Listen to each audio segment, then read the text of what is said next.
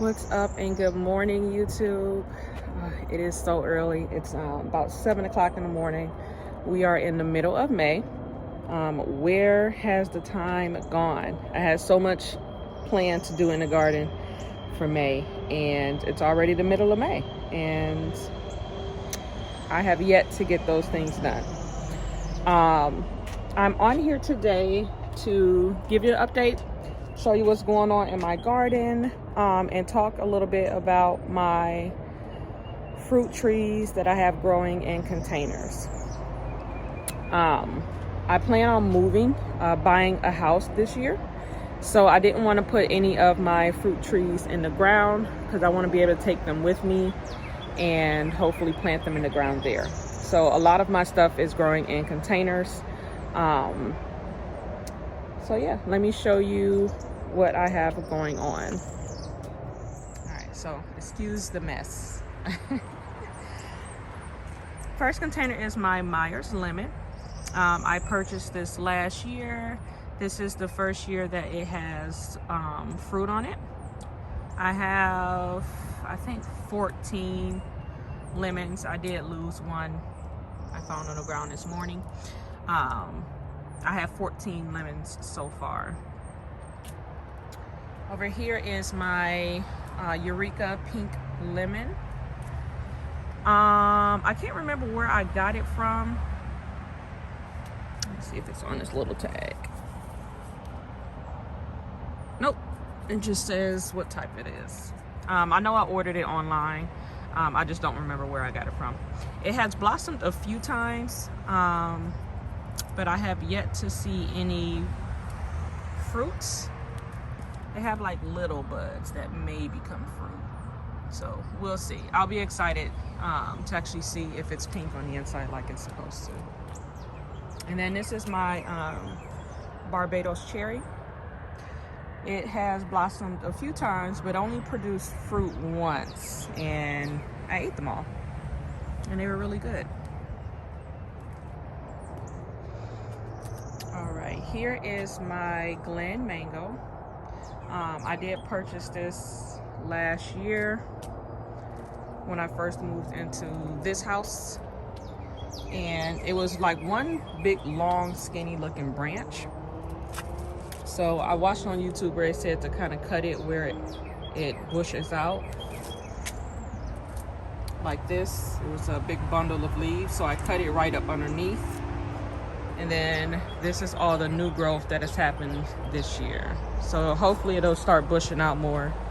And I think I need to put it into a wider pot and some longer stakes because it is leaning, and this little bamboo stick is not strong enough to hold it together. And I was planting flowers like on a whim, and I don't remember what I threw in here. So I'll just wait to see when it blossoms. These are my little dried up blueberry bushes. This bad boy produced so much over the winter and early spring. But now we have been in the 90s for the past few weeks. I live here in Zone 9, Central Florida. And I literally could not keep up with the watering. So it dried out, but it will come back. My other one came back. So I just keep watering it. This one's doing the same thing. This one didn't produce, but it dried out. Let's see. These are my strawberry plants. I also have these in containers. This is one of the very first things I started last March. I ordered these as bare roots. They came kind of dried in the bag. I soaked them for about 2 hours, and then I planted them. Now originally I had them all over this container, but the water, when I was watering it, wasn't reaching like all the way down. So a lot of the ones that were coming out of the sides have dried up, and only the ones that are on the top and the ones that are in the shade over here have survived. But I've had a lot of strawberries off of them. I've started picking the buds off. This is an everbearing, so it's supposed to produce all year long. But I've noticed that when it started getting really hot, the strawberries start shrinking in size. They don't get as big. They're not as sweet as they are when the weather's cool. But the leaves are still looking really nice and green. This area pretty much only gets a lot of morning sun, and then it's shaded like after 12, 1 o'clock. So, and then I have a fern growing in here voluntarily. Not sure where it came from. All right, and let's talk about some new ones that I have. These are different varieties of dragon fruit. Cuttings that I got from a co-worker at the hospital. Both of these are red varieties. This is new growth, so this was not here when I got it as a cutting. So this is all new. So I need to get these staked up in some bigger pots. These are some baby cuttings. So look how little they are. And this one looks like a little heart. So that's super cute. And then this one is a yellow variety. It's 2 of them in here. They were probably here when I got them, and now it's all the way up here. I do water these every day, even though it's a cactus, but it's a tropical cactus, and they actually like water. They just don't like wet roots. So I try to water it regularly, and now it's looking a lot thicker and healthier. So I'm going to get these staked up so that they're more secure. And then this bad boy is my passion fruit vine. Ordered this last year. This is actually from Green Dreams. I follow him will follow his channel on YouTube. He's actually located here in Florida. I did still order this online because he's about 2 to 3 hours away from me. And it was like a little stick and a few leaves. And it was in one of these little pots. And I thought it had died because it had like stopped growing and lost all of its leaves. So I transplanted it into my tomato cage that I've grown several varieties of tomatoes in, and they love it. It has like a little watering spout. It's off the ground, so the water kind of sits at the bottom and it waters the roots from the bottom, so it allows for like a nice deep root system, which the tomatoes loved. It's got a built-in cage, and then I've added these Mighty Crop hooks to kind of stake it up and allow the vines to grab onto and secure it so that they don't get too wild. Ever since I've put it in here about 3 weeks ago, it has grown like crazy. I do prune it quite a bit. I know where the original branch is, and like some of these are side branches. So I allow some of them to get long, and then as they, you know, like this one is another side branch right here. I may cut this off, only because I need to keep it somewhat contained until I can get it to a more permanent place where I can allow it to do what it needs to do. But yeah, so even if you don't have, you know, the ability to plant your stuff in the ground, you can still actually grow fruit trees in containers. Let's see, do I have any more? Oh, I have my mango way in the back here. I have it kind of tucked under some trees where it can get a little shade, because I started it from seed last year, and I'm so happy. It makes me excited every time I see how much it's grown. This was a Kent mango. It was like the best mango I had ever had. It was so juicy and so ripe. It was like perfect. So I YouTubed how to peel it, and I planted it, and then I just sat and watched, and it started growing. I haven't done anything special to it. It's already starting to have little side shoots grow out. Focus camera. And then new growth at the top. So it has grown so much in about a year. The trunk looks nice and healthy. It's starting to get that little woody look. So that's exciting. And I'll probably leave it in this container for a little bit longer. And then these are some papayas that I'm growing in the ground. I don't even know if you can grow those in containers. I'm not sure, but these are seedlings. I got these from seed last year. They're about probably a couple inches tall. Left them in the pot for a while and then transplanted them in October when I moved here into the ground, and they've been growing a lot.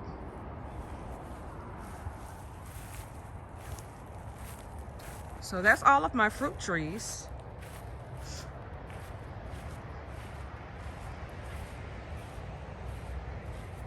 I'll give you guys a little tour of what else is going on. I've got some cucumbers and watermelon, sugar baby watermelon. They're the little ones. Going here. My corn is going here. So I'm actually going to take some of those tassels up here and then shake them down there. That is how they produce corn. You got to make sure that they get in there. Originally I had a whole bunch planted at once, but a squirrel came and dug up some of my corn, so I had to try to catch up and plant more corn. So not all of them are at the same stage. But I'll just break this little tassel off and kind of shake it in there so it can pollinate it. And then I have some zucchini in here. I don't see any female, oh, one female flower in there. There she is. These are male flowers. These do need to be pollinated. So the male flower, sometimes if I catch them both open at the same time, I'll just snap the male flower off and pollinate the female one, just to make sure that you get fruit. And these are some flowers. I planted two varieties in here, some zinnias and some black-eyed Susans. I'm not sure which is which. These cosmos were in here. I originally had planted some cosmos in here, but none of those germinated. I'm not sure what that is. Hopefully it's not a weed. And nothing grew in here, so I just planted some okra seeds a few days ago.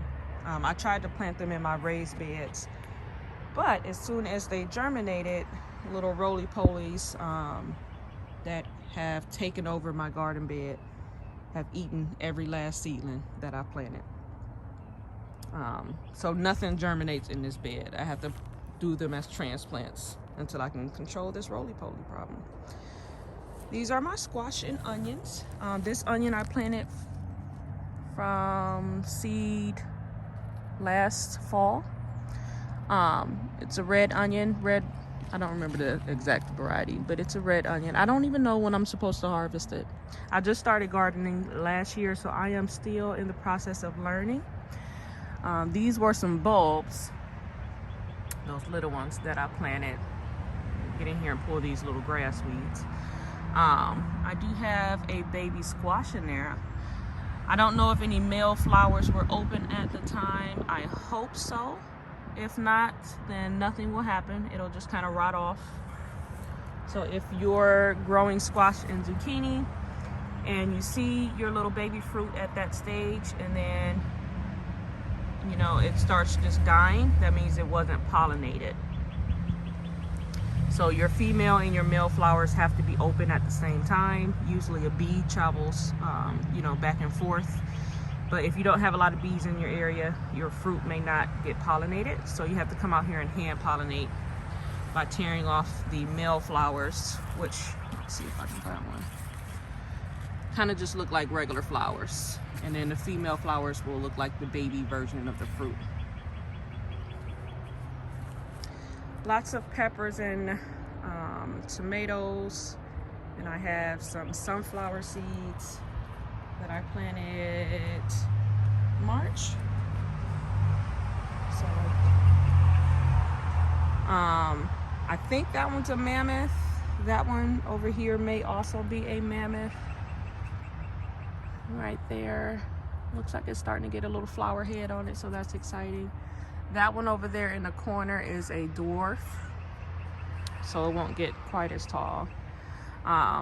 These are the cutest little tomatoes I've ever seen. They're called Candyland tomatoes. They're so cute and tiny. Look how little these things are.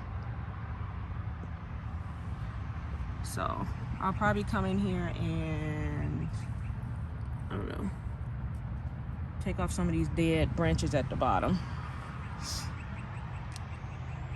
And then those are just varieties of cherry tomatoes that I grew from seed that I already had. That's a serrano pepper, jalapeno pepper. Has a little baby jalapeno on it. That's a jalapeno. That's a jalapeno. And that was just an onion bulb that had started to sprout in my kitchen that I just threw in here. All of my marigolds have died, so don't know if they didn't like the soil or they were getting too much sun. This bed gets sun all the way up until like 3 o'clock in the afternoon. Oh my God, it's a woodpecker. Anyways. And these are my bell peppers. I have a yellow variety, which took off. I remembered to take all the flowers off early, and so we could focus just on getting tall. The red bell pepper, which is in the middle, I actually forgot. So it produced a bell pepper very early, which a squirrel has come and knocked off anyway. So I'm just throw that in my compost bin. So notice it did not get as tall. So when your plants are still little, take off their flowers. I know we're all excited to get, you know, little baby fruits, but if you don't take off the flowers early, you can see the difference. It can kind of stunt the growth. I did the same thing to my orange one, and now I've let it grow, and it now has bell peppers on it. 1, 2, 3. 3 already. And 2 more little flowers. So I had beans in here. None of those sprouted. My okra was in the front. Those have started to sprout, but were eaten alive by the roly-polies. So I saw a trick on YouTube about shaving the inside of a potato out and placing it in the garden bed overnight, and then in the morning hopefully it's covered in roly-polies and you just literally throw them in the garbage. So I plan on doing that, especially in this bed,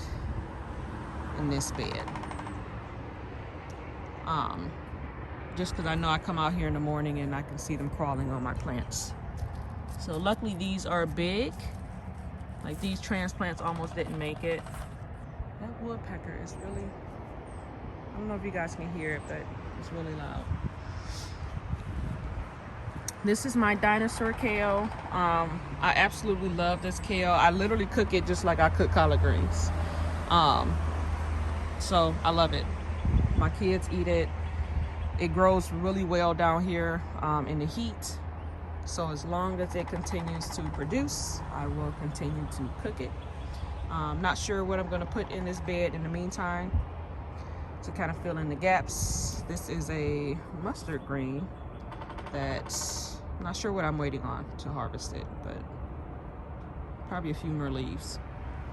And then I'll harvest that. And then I have a sweet potato vine growing in the corner that I will let take over this entire bed. I'll probably throw a lot more compost in here as the vine gets bigger. All right, then I have a lot of beans here. And then I'll show you guys my other sunflowers that have taken a beating. These dwarf sunflowers just have seen better days. I literally got really busy and forgot to water them one night. I have to come out here and water my garden every night, especially if I don't get out like at 6 in the morning and water it that morning. And I didn't do that, and it was a good 98 degrees and it crucified my little leaves. They're so dry. I thought it died. Like, all of them were like bent over and crispy looking, so I kept watering it, and most of them have bounced back. There's still a little few crispy leaves. I'm gonna just cut those off so the plant can focus on the healthy leaves. Some of them are starting to get little buds in the middle, so that's exciting. So they survived. I thought I killed them, but like, I don't know, maybe I'll move them. But I thought sunflowers liked sun, but it got really hot down here.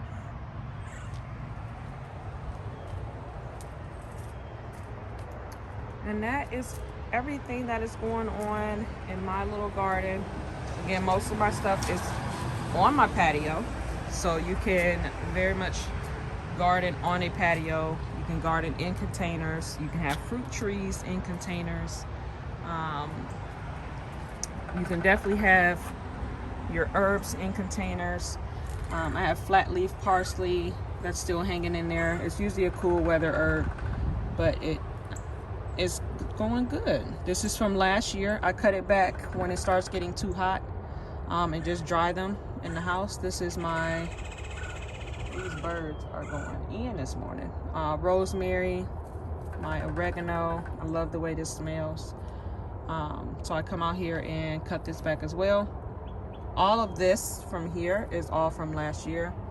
I kind of just top it off with a little bit of fertilizer this spring. And then I have some purple leaf basil. I don't have any regular basil. I need to start some. So I'll be excited to see what that tastes like.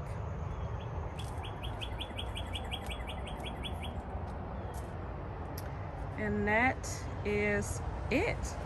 So don't forget to like, subscribe, drop a comment, leave some encouragement for your girl working full-time, going to school, and gardening. It's hard, and remembering to film. Usually I come out here and I start doing stuff and then I forget to film. Oh, I have some green beans, so that's exciting.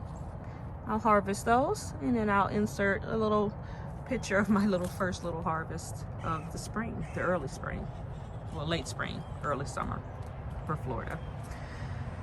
Leave a comment. Show me what's going on in your garden. What zone do you live in? What pests have you been fighting off already? Summer has not even started, so we'll see. All right, till next week. Hopefully I will film another video next Saturday. Love you guys and have a blessed day.